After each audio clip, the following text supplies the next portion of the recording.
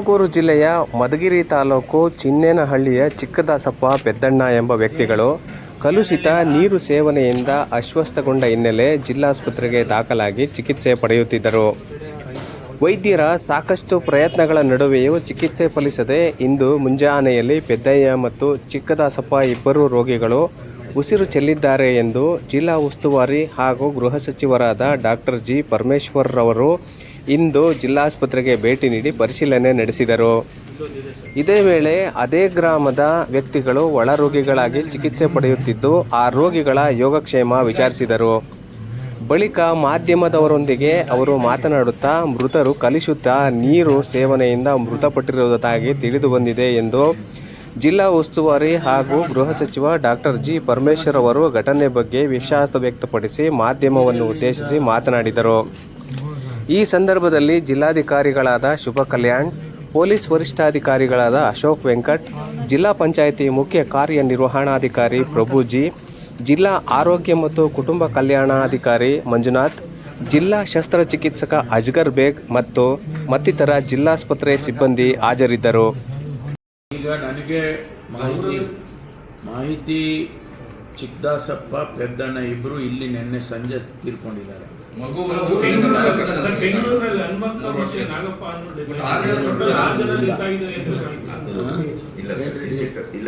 ಖಾಸಗಿ ಆಸ್ಪತ್ರೆಗೆ ಹೋಗಿದ್ದವರು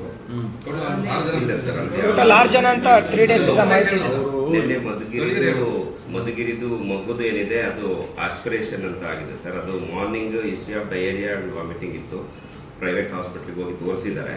ಮಗು ಆಕ್ಟಿವ್ ಆಗಿತ್ತು. ಆ ಪೀಡಿಯಾಟ್ರಿಷಿಯನ್ ಜೊತೆ ಮಾತಾಡಿದಾಗ ಅದು ಸೀರಿಯಸ್ ಏನು ಇರಲಿಲ್ಲ, ಪ್ಲಸ್ ಡಿಹೈಡ್ರೇಷನ್ ಏನು ಇರಲಿಲ್ಲ ಅನ್ನೋದು ತಿಳಿಸಿದ ನಂತರ ಮಗು ಮಲಗಿತ್ತು. ಇಲ್ಲ ನೋಡೋಣ, ಅವರು ಯಾರ್ಯಾರು ತೀರ್ಕೊಂಡಿದ್ದಾರೆ ಪ್ರೈವೇಟ್ ಆಸ್ಪತ್ರೆಯಲ್ಲಿ ಕೂಡ ಮಾಹಿತಿ ತಗೊಳ್ತೀವಿ. ಮಾಹಿತಿ ತಗೊಂಡು ಎಷ್ಟು ಜನ ಒಟ್ಟಾರೆ ಈ ಒಂದು ಘಟನೆಯಲ್ಲಿ ಎಷ್ಟು ಜನ ಸತ್ತಿದ್ದಾರೆ ಅನ್ನೋದನ್ನು ತಿಳ್ಕೊಳ್ಳೋಣ. ಖಾಸಗಿ ಆಸ್ಪತ್ರೆಗಳಲ್ಲಿ ಆಗಿರ್ತಕ್ಕಂಥದ್ದು ಅದನ್ನು ಪರಿಹಾರದ್ದೇನು ನಾವು ಯೋಚನೆ ಮಾಡಿಲ್ಲ. ಯಾಕಂದರೆ ಮುಖ್ಯಮಂತ್ರಿಗಳ ಜೊತೆ ಮಾತಾಡ್ತೀನಿ. ಪರಿಹಾರದ ಬಗ್ಗೆ ಏನಾದರೂ ಇದ್ದರೆ ಅದನ್ನು ಪ್ರಕಟಣೆ ಜಿಲ್ಲಾಡಳಿತದಿಂದ ಏನಾದರೂ ಇಲ್ಲ, ಅದನ್ನು ಜಿಲ್ಲಾಡಳಿತ ಕೊಡೋದಿಲ್ಲ. ಯೂಶ್ವಲಿ ರಾಜ್ಯದಿಂದ ಇಲಾಖೆಯಿಂದ ಕೊಡ್ತಾರೆ. ಅದನ್ನು ನಾನು ಮುಖ್ಯಮಂತ್ರಿಗಳ ಹತ್ರ ಕ್ಯಾಬಿನೆಟ್ ಬೇರೆ ಇದೆ, 11 ಗಂಟೆಗೆ ಮಾತಾಡಿಕೊಂಡು ಆಮೇಲೆ ಯಡಿಯೂರಪ್ಪನವರಿಗೆ CID ವಾರೆಂಟ್ ಸರ್ ಬೆಂಗಳೂರಲ್ಲಿ ಅವರಿಗೆ ನೋಟಿಸ್ ಕೊಟ್ಟಿದ್ದಾರೆ. ನೋಟಿಸ್ ಕೊಟ್ಟಿದ್ದಕ್ಕೆ ಅವರು ಬಂದು ಅಪಿಯರ್ ಆಗಿ ಅವ್ರು ಸ್ಟೇಟ್ಮೆಂಟ್ ಮಾಡಬೇಕಾಗುತ್ತೆ. ಅಷ್ಟೇ ನನಗೆ ಗೊತ್ತಿರೋದು. ನನಗಿನ್ನು ಹೆಚ್ಚಾಗಿ ನಿಮಗೆ ಗೊತ್ತಂಗೆ ಕಾಣಿಸ್ತದೆ. ಸರ್ ಬೆಂಗಳೂರಲ್ಲಿ ದರ್ಶನ್ ಕೇಸ್ ವಿಚಾರವಾಗಿ ಮಾಧ್ಯಮದವ್ರ ಮೇಲೆ ಹಲ್ಲೆ ಮಾಡಿರೋಂಥ ಸರ್ ACP ಭರತ್ ರೆಡ್ಡಿ ಅವರು ಅಂತೇಳಿ ಹಲ್ಲೆ ಮಾಡಿರೋಂಥ ಸರ್. ಇಲ್ಲಿಂದ ಹಿಂದಕ್ಕೆ ಹೋಗಿ ಅಂತೇಳಿ ತಳ್ಳಿ ಅಲ್ಲಿ ಮಾಧ್ಯಮದಿರುವಂಥ ನನ್ನ ಗಮನಕ್ಕೆ ಬಂದಿಲ್ಲ, ವಿಚಾರಿಸ್ತೀನಿ. ಯಾರು ಹಲ್ಲೆ ಮಾಡಿದ್ದಾರೆ? ACP ಭರತ್ ರೆಡ್ಡಿ ಅಂತ. ಭರತ್ ರೆಡ್ಡಿ ವಿಚಾರ ಮಾಡಿಸ್ತೀನಿ. ಆ ರೀತಿ ಏನಾರು ಆಗಿದ್ರೆ ಅವ್ರ ಮೇಲೆ ಕ್ರಮ ತಗೊಳ್ಳೋಣ.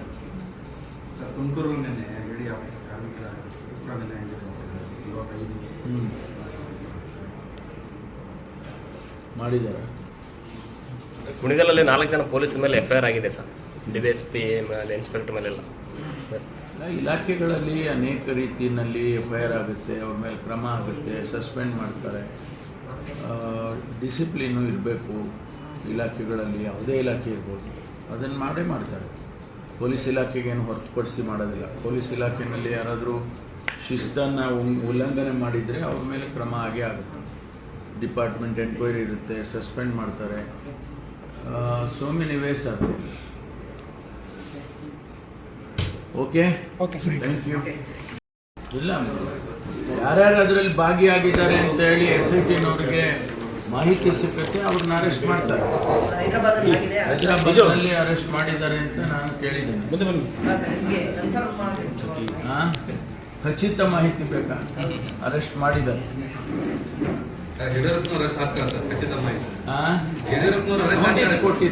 ನೋಟಿಸ್ ಕೊಟ್ಟಿದ್ದಾರೆ. ಪ್ರೊಸೀಜರಲ್ಲಿ ಅವ್ರಿಗೆ ಏನು ಮಾಡಬೇಕು, ಅವರಿಗೆ 15ನೇ ತಾರೀಕು ಒಳಗಾಗಿ ಚಾರ್ಜ್ ಶೀಟ್ ಫೈಲ್ ಮಾಡಬೇಕು ಅಂತ ಇದೆ. ಅಷ್ಟರೊಳಗಡೆ ಚಾರ್ಜ್ ಶೀಟ್ ಫೈಲ್ ಮಾಡ್ತಾರೆ. ಮಾಡುವಾಗ ಪ್ರೊಸೀಜರ್ ಫಾಲೋ ಮಾಡಬೇಕಲ್ಲ. ಅವ್ರ ಸ್ಟೇಟ್ಮೆಂಟ್ ತೊಗೋಬೇಕು, ಅವರನ್ನು ಪ್ರೊಡ್ಯೂಸ್ ಮಾಡಬೇಕು, ಅದೆಲ್ಲ ಪ್ರೊಸೀಜರ್ಸು. ಅದನ್ನು ಮಾಡ್ತಾರಿಲ್ಲ. ಜಾಮೀನು ರಹಿತ ವಾರೆಂಟ್ಗೆ ಅರ್ಜಿ ಹಾಕಿದ್ದಾರೆ. ಅವ್ರು ಮಾಡೋದು ಅವ್ರು ಮಾಡ್ತಾರೆ, ಪೊಲೀಸ್ನವ್ರು ಮಾಡೋದು ಪೊಲೀಸ್ನವ್ರು ಮಾಡ್ತಾರೆ. ಅವರು ಸ್ವಾಭಾವಿಕವಾಗಿ ಅವರು ಹಾಕ್ಕೊಂಡಿರ್ತಾರೆ. ಅಗತ್ಯ ಇದ್ರೆ ಅರೆಸ್ಟ್ ಆಗುತ್ತೆ, ಅಗತ್ಯ ಇದ್ದರೆ ಮಾಡ್ತಾರೆ. ಅಗತ್ಯ ಇದೆ ಅಂತ ನಾನು ಹೇಳೋಕ್ಕಾಗಲ್ಲ. ಅಗತ್ಯ ಇದೆ ಅಂತ ಹೇಳೋದು SITನವರು. ಅವರಿಗೆ ಅಗತ್ಯ ಇದೆ ಅಂತ ಏನಾದರೂ ಅನಿಸಿದರೆ ಅವ್ರು ಮಾಡ್ತಾರೆ. ಅದು ಅರೆಸ್ಟ್ ಆಗೋ ಸಾಧ್ಯತೆ ಇದೆ ಅಂತ. Thank you. ತುಮಕೂರು ಜಿಲ್ಲೆಯಲ್ಲಿ ಮಧುಗಿರಿ ತಾಲೂಕಿನಲ್ಲಿ ಚಿನ್ನೇನಹಳ್ಳಿ ಅಂತಕ್ಕಂಥ ಗ್ರಾಮದಲ್ಲಿ ಜಾತ್ರೆಯನ್ನು ಆ ಊರಿನಲ್ಲಿ ಆಚರಣೆ ಮಾಡ್ತಾಯಿದ್ರು. ಆ ಸಂದರ್ಭದಲ್ಲಿ ನೀರು ಕಲುಷಿತ ನೀರಿನಿಂದ ಸುಮಾರು 100ಕ್ಕೂ ಹೆಚ್ಚು ಜನರಿಗೆ ವಾಂತಿ ಭೇದಿ ಈ ರೀತಿ ಆಗಿದೆ ಅಂಥೇಳಿ ರಿಪೋರ್ಟ್ ಆಗಿ ಕೆಲವರು ಅವರೇ ಖಾಸಗಿ ಆಸ್ಪತ್ರೆಗಳಿಗೆ ಅಲ್ಲಿ ಮಧುಗಿರಿಯಲ್ಲಿ, ಕೊರಟಗೆರೆನಲ್ಲಿ ಮತ್ತು ತುಮಕೂರಿನಲ್ಲಿ ಸೇರಿಕೊಂಡಿದ್ದಾರೆ.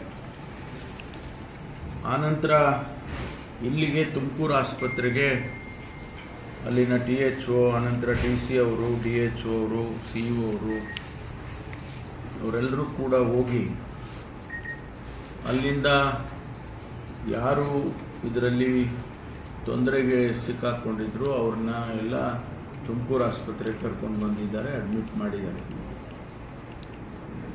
ದುರದೃಷ್ಟ ಇಬ್ಬರು ಚಿಕ್ಕದಾಸಪ್ಪ ಅಂತೇಳಿ 76 ವರ್ಷದವರು ಮತ್ತು ಪೆದ್ದಣ್ಣ ಅಂತೇಳಿ 72 ವರ್ಷದವರು. ಇವರಿಬ್ಬರು ಕೂಡ ಇಲ್ಲಿ ಆಸ್ಪತ್ರೆಯಲ್ಲಿ ತೀರ್ಕೊಂಡಿದ್ದಾರೆ. ಒಂದು ಅವರಿಗೆ ಆದಂಥ ಇನ್ಫೆಕ್ಷನ್ನು ಅದರ ಪ್ರಯುಕ್ತ ಇರ್ಬೋದು, ಜೊತೆಗೆ ವಯಸ್ಸು ಕೂಡ 76, 72 ಆಗಿರೋದ್ರಿಂದ ವಯಸ್ಸಾಗಿ ಅವರು ಅದನ್ನು ತಡ್ಕೊಳ್ಳೋಕ್ಕಾಗದೆ ಅವರು ಕೂಡ ತೀರ್ಕೊಂಡಿದ್ದಾರೆ ಅಂತೇಳಿ ಡಾಕ್ಟರ್ಸ್ಗಳು ಹೇಳ್ತಿದ್ದಾರೆ. ಈಗಾಗಲೇ ಆ ಊರಿನಲ್ಲಿ PDO ಅವ್ರನ್ನ, ವಾಟರ್ಮೆನ್ನನ್ನು ಅವ್ರನ್ನೆಲ್ಲ ಸಸ್ಪೆಂಡ್ ಮಾಡಿದ್ದಾರೆ. ಮುಂಜಾಗೃತಿ ಕ್ರಮ ತಗೋಬೇಕಾಗಿತ್ತು ಅಂಥೇಳಿ ಸಸ್ಪೆಂಡ್ ಮಾಡಿದ್ದಾರೆ. ಯಾಕೆ ಅದು ಕಲುಷಿತವಾದಂಥ ನೀರು ರೆಗ್ಯುಲರ್ ಪೈಪ್ಲೈನಿಗೆ ಮಿಕ್ಸ್ ಆಯಿತು ಅನ್ನೋದನ್ನು ಈಗಾಗಲೇ ಅವರು ಪರಿಶೀಲನೆ ಮಾಡಿದ್ದಾರೆ. ಅಲ್ಲಿ ವಾಟರ್ ಕನೆಕ್ಷನ್ಸ್ಗಳು ಕೊಡೋದಕ್ಕೆ ಕೆಲಸ ನಡೀತಾ ಇತ್ತು. JCBಯಲ್ಲಿ ಆ ಪೈಪ್ಗಳು ಒಡೆದೋಗಿತ್ತು. ಅದರಿಂದ ಬೇರೆ ಪೈಪಿಗೆ ಕೂಡ ರೆಗ್ಯುಲರ್ ವಾಟರ್ ಸಪ್ಲೈಗೆ ಮಿಕ್ಸ್ ಆಗಿ ಅದರ ಟೆಸ್ಟ್ಗಳು ಕೂಡ ಈಗಾಗಲೇ ಸ್ವಲ್ಪ ಒಂದು ಅರ್ಧ ಬಂದಿದೆ ಅಲ್ಲ, ಮುಖ್ಯವಾದಂಥ ಟೆಸ್ಟ್ಗಳಾಗಲೇ ಬಂದಿದೆ. ಇನ್ನೂ ಕೆಲವು ಟೆಸ್ಟ್ಗಳು ಬರಬೇಕು. ಅದು ಬಂದ ಮೇಲೆ ಇನ್ನೂ ಹೆಚ್ಚಿನ ಮಾಹಿತಿ ಸಿಗುತ್ತೆ. ಒಟ್ಟಾರೆ ಇಲ್ಲಿ ಇನ್ಫೆಕ್ಷನ್ ಆಗಿದೆ, ವಾಟರ್ ಇನ್ಫೆಕ್ಷನ್, ಕಂಟಾಮಿನೇಷನ್ ಆಗಿದೆ ಅನ್ನೋದ್ರ ಬಗ್ಗೆ ಈಗಾಗಲೇ ಟೆಸ್ಟ್ಗಳು ಬಂದಿರೋದ್ರಿಂದ ಅದನ್ನು ನಮ್ಮವರು ಹೇಳ್ತಾ ಇದ್ದಾರೆ ಅಧಿಕಾರಿಗಳು. ಇನ್ನೂ ಕೂಡ ಸುಮಾರು ಜನ ಆಸ್ಪತ್ರೆಯಲ್ಲೇ ಇದ್ದಾರೆ, ಅವು ಕೂಡ ಈಗ ನಾವು ನೋಡಿದ್ವಿ. ಆಮೇಲೆ ಚಿಕ್ಕ ಮಕ್ಕಳು, ಶಾಲೆಗೆ ಹೋಗುವಂಥ ಹೆಣ್ಮಕ್ಳು ಕೂಡ, ಅವರು ಕೂಡ ಇದರಿಂದ ಅಫೆಕ್ಟ್ ಆಗಿದ್ದು, ಅವ್ರನ್ನೆಲ್ಲ ಇನ್ನೂ ಆಸ್ಪತ್ರೆಯಲ್ಲಿ ಇಟ್ಕೊಂಡು ಈಗಾಗಲೇ ಗುಣಮುಖರಾಗ್ತಾ ಇದ್ದಾರೆ. ಅವರನ್ನು ಇನ್ನೂ 2-3 ದಿವಸ ಅಥವಾ ಎಷ್ಟು ದಿವಸ ಇಟ್ಕೋಬೇಕು ಅಷ್ಟು ದಿವಸ ಇಟ್ಕೊಂಡು ಸಂಪೂರ್ಣವಾಗಿ ಗುಣಮುಖರನ್ನಾಗಿ ಮಾಡಿ ಕಳಿಸ್ಕೊಡ್ತಾರೆ. ಇದೇ ಒಂದು ನಮಗೆ ಒಂದು ಪಾಠ ಅಂತ ತಿಳ್ಕೊಂಡು ನಾವು ಇಡೀ ಜಿಲ್ಲೆಯಲ್ಲಿ ಎಲ್ಲ ಪಂಚಾಯಿತಿಯಲ್ಲೂ ಕೂಡ ನಮ್ಮ ವಾಟರ್ ಸಪ್ಲೈ ಇಂಜಿನಿಯರ್ಸ್ ಏನಿದ್ದಾರೆ, ಅದರಲ್ಲಿ ವಿಶೇಷವಾಗಿ ಜಲ್ ಜೀವನ್ ಮಿಷನ್ನಿಂದ ಬರ್ತಕ್ಕಂಥದ್ದು, ಆಮೇಲೆ ಬೇರೆ ಬೇರೆ ವಾಟರ್ ಸಪ್ಲೈ ಸಿಸ್ಟಮ್ಗಳೇನಿದೆ, RO ಪ್ಲ್ಯಾಂಟ್ಗಳಿದೆ, ಕೆಲವು ಕಡೆ ಚೆನ್ನಾಗಿ ಕೆಲಸ ಮಾಡುತ್ತೆ, ಕೆಲವು ಕಡೆ ಮಾಡೋದಿಲ್ಲ. ಅದೆಲ್ಲವನ್ನು ಕೂಡ ಈಗಾಗಲೇ ನಮ್ಮ ಜಿಲ್ಲಾ ಪಂಚಾಯಿತಿಯ ಮುಖ್ಯ ಕಾರ್ಯನಿರ್ವಹಣಾಧಿಕಾರಿಗಳು ಮತ್ತು DC ಅವರು ಅದನ್ನು ರಿವ್ಯೂ ಮಾಡ್ತಾರೆ ಇಡೀ ಜಿಲ್ಲೆದು. ನಾಳೆ ನಾನು ಸಭೆ ಇಟ್ಕೊಂಡಿದ್ದೇನೆ. ಜಿಲ್ಲಾ ಮಟ್ಟದ ಅಧಿಕಾರಿಗಳ ಸಭೆಯನ್ನು ಇಟ್ಕೊಂಡಿದ್ದೇನೆ. ಅದರಲ್ಲಿ ನಾನು ಕೂಡ ಇಡೀ ಜಿಲ್ಲೆಯ ವಾಟರ್ ಸಪ್ಲೈ ಸಿಸ್ಟಮನ್ನು ರಿವ್ಯೂ ಮಾಡ್ತೇನೆ. ಯಾಕೆಂದರೆ ಕೇಂದ್ರ ಸರ್ಕಾರ ರಾಜ್ಯ ಸರ್ಕಾರ ಎರಡೂ ಸೇರಿ ಜಲಜೀವನ್ ಮಿಷನ್ ಅಂತ ಏನು ಮಾಡಿದ್ದಾರೆ ಅದು ಕೆಲವು ಕಡೆ ಭಾಳ ಚೆನ್ನಾಗಾಗಿದೆ, ಕೆಲವು ಕಡೆ ಅಷ್ಟು ಚೆನ್ನಾಗಾಗಿಲ್ಲ. ಅದನ್ನು ಕೂಡ ನಾವು ಈಗಾಗಲೇ ಹಿಂದಿನ ಸಭೆಗಳಲ್ಲಿ ಗಮನ ಹರಿಸಿ ಅವರಿಗೆ ಸೂಕ್ತವಾದಂಥ ಆದೇಶಗಳನ್ನ ಕೊಟ್ಟಿದ್ದೆ ನಾನು. ಅದನ್ನು ಕೂಡ ನಾನು ನಾಳೆ ಪರಿಶೀಲನೆ ಮಾಡ್ತೇನೆ. ಒಟ್ಟಾರೆ ಈ ಕುಡಿಯುವ ನೀರಿನ ವ್ಯವಸ್ಥೆ ಬಗ್ಗೆ ನಾವು ಎಚ್ಚರಿಕೆಯಿಂದ ಇರಬೇಕಾಗ್ತದೆ ಅಂತೇಳಿ ನಾನು ಸಾರ್ವಜನಿಕ ಸ್ನೇಹಿತರುಗಳಿಗೆ ಮನವಿಯನ್ನು ಮಾಡ್ತೀನಿ.